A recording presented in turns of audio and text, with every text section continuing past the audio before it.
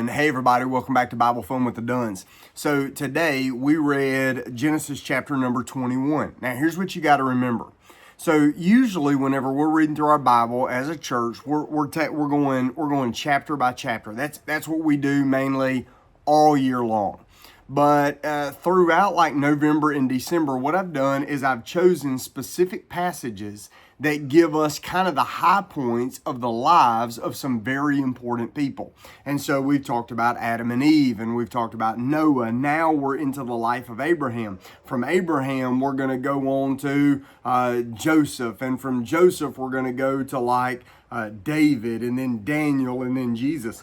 So this is a little bit of break of our normal flow. So you got to pay attention to what chapters we're reading every day. But the idea is what I want to do, aside from Daniel, like we can take all of these names that we're finding, and by the time we get to Christmas, we'll go to Matthew chapter 1, and we'll find these same names in the genealogy of Jesus. And so now we've got background kind of working with all of this. So in Genesis chapter number 21, this is a really important moment, which is why we're reading it, because this is when Isaac is born. So Abraham started following the Lord when he was about 75 years old.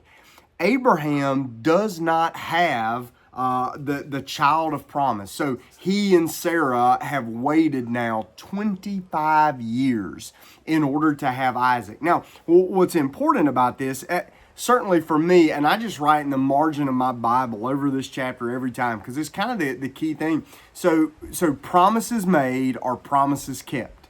Even if those promises tarry, even if they're long, even if you've got to wait, there is something powerful in all of these moments where these people are waiting for what God has promised them. And listen, we understand that now because we're either now waiting on the Lord to come back, or we're waiting for glory, or we're waiting for help or deliverance or whatever it is.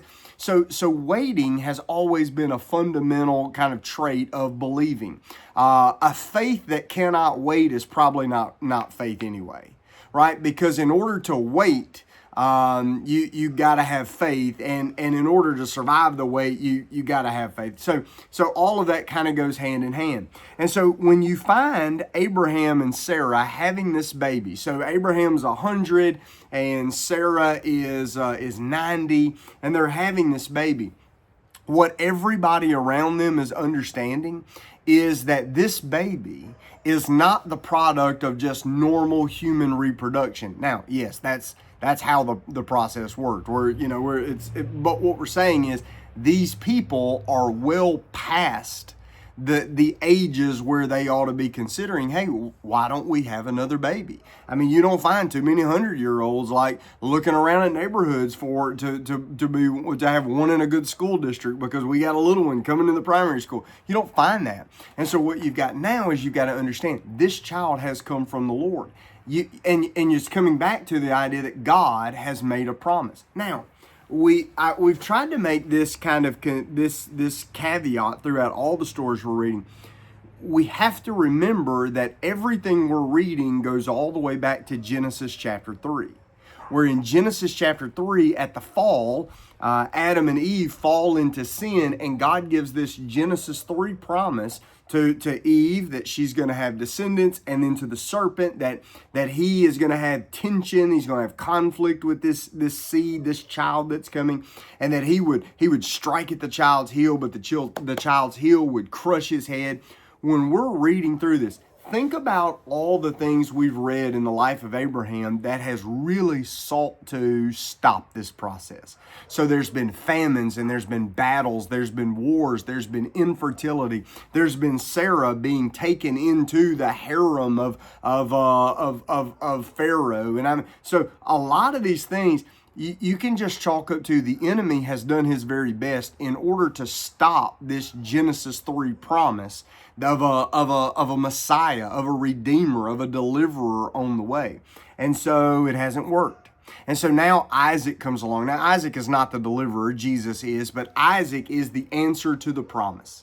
So Isaac's name means laughter, which is interesting because both when God told Abraham kind of laughs, and then Sarah also laughs. But the day that Isaac is born, like God gets the last laugh. He was like, hey, You should have trusted me. Here you go. Here it is. And I've done as I promised.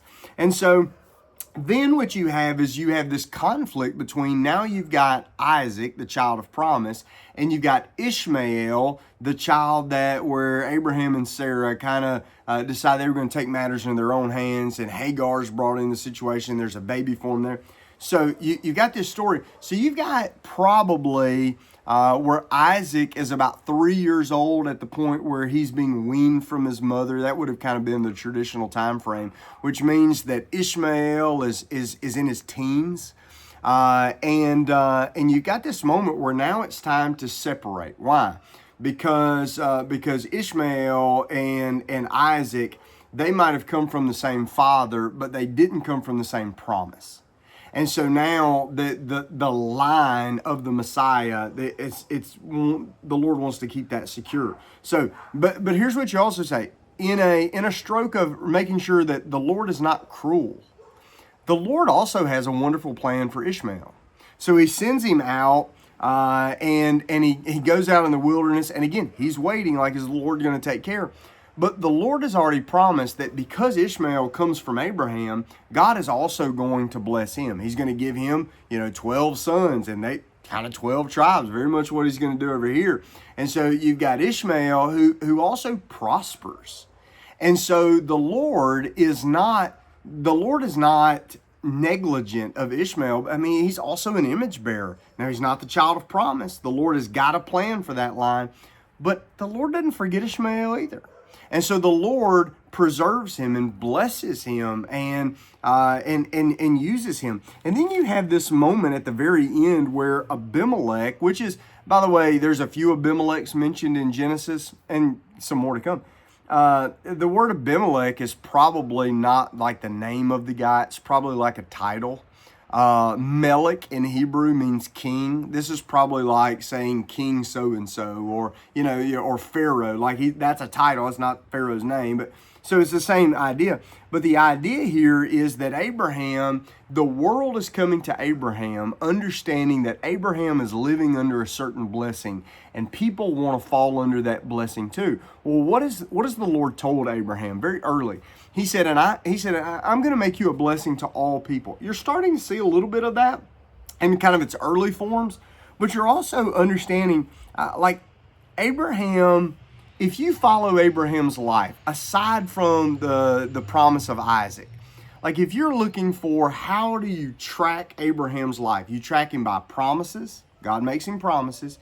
You track him by the wells that he dug, that shows where he lived, and the altars that he built, that's where he worshiped. So Abraham's life is a series of living on promises, settling down in places, and the Lord giving water, digging these wells, but also this idea of building altars. Why? Because at every stage he goes, he's always making sure that he's going to be in fellowship with the Lord. He's going to worship. And so as we're traveling through this, understand, we're not just traveling through Abraham's life.